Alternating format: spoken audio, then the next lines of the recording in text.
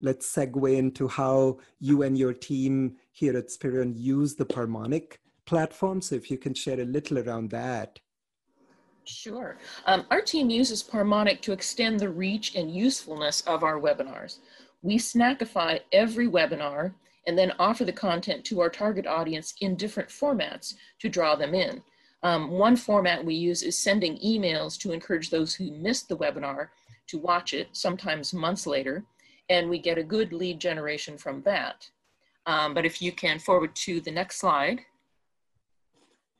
we'll see one of our key uses is here. We have a resource center on our website where we post our webinar recordings.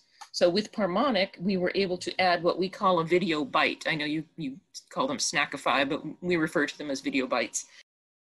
One of the segments from the full webinar, which visitors can view without having to submit information on a gated page, which of course sometimes stops people from engaging. Being able to view these video bites allows them to get a feel for whether the webinar recording will be worth their time. And if we can advance to the next slide. This shows how we do this for a variety of webinars, as opposed to the previous slide, which was a featured webinar at the top of the page. So here you can see that we offer video bites for a variety of webinars on our page so that people can see the variety that we have. They can get a taste for what the content offers, and this tends to engage people even more.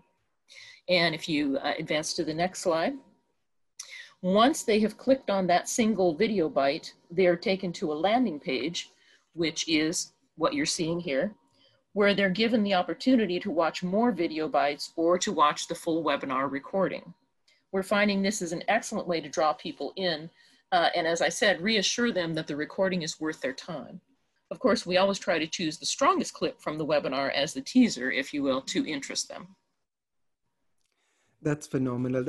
I love the way you all are using Parmonic and really catering to your audience, because who has time these days working from home with kids and everything else going on in most people's lives to sit through very, very long recordings? And the way you've thought about your use case, the way you are presenting it to your customers, your audience, in terms of giving them more appetizing ways to enter your funnel, consume a little bit of the content, and then keep moving gradually through the funnel. I think that's just phenomenal.